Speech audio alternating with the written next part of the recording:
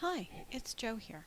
I'm going to give you a tidbit on working with the Cameo and your digital papers.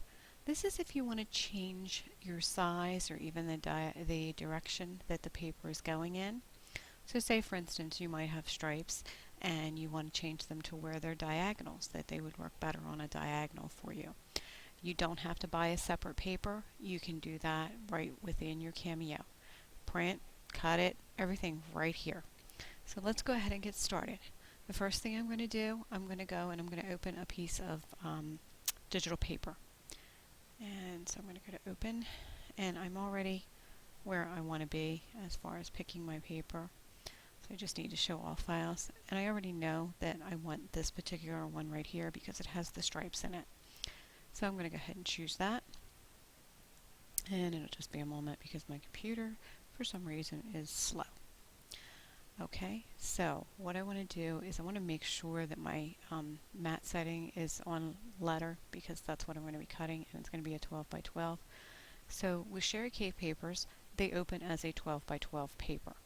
We don't want that, so what I'm going to do is I'm just going to click on it so it's all highlighted all around here.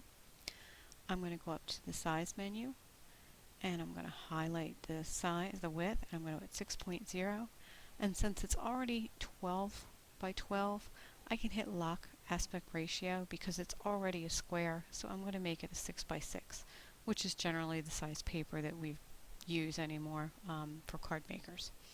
So let me zoom in. I probably will go too far, of course.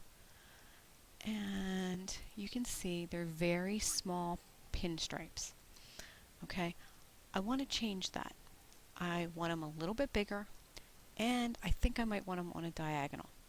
So I'm going to go right up here to this menu, which is a fill menu, but it's patterns. So I'm going to click on that. It's the fill pattern window. And you'll notice you'll have all kinds already here in the silhouette that came with it. So always check there. You might find something that you really like. But we're going to click over to Advanced Options. And the first thing I'm going to do is I'm going to scale my pattern. And I'm going to go right here to this window here, or little trackball, or whatever you want to call it. And you can see that those stripes are getting nice and big. I think, let's max it out and go 500. So now I have a nice big pinstripe, but I want it on a diagonal, or at least a partial diagonal if nothing else. So now I'm going to go up to this area here right above that scale. Can't think of the name of that, but anyhow. And you can just grab it, and as you can see, I'm able to move, and there would be a complete diagonal, the 45 degrees. And you can, of course, move it to whatever you want, but I want 45 degrees. So I'm good. I've now changed what was a pinstripe into a large stripe diagonal.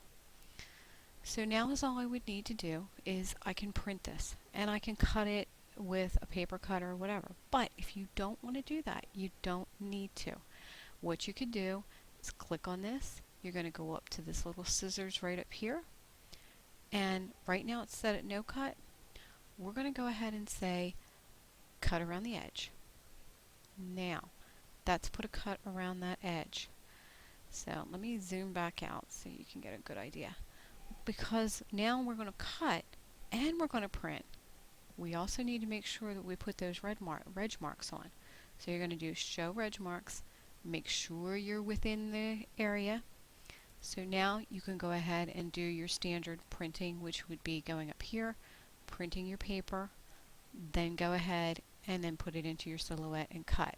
We can double check again to make sure that we still have that to cut.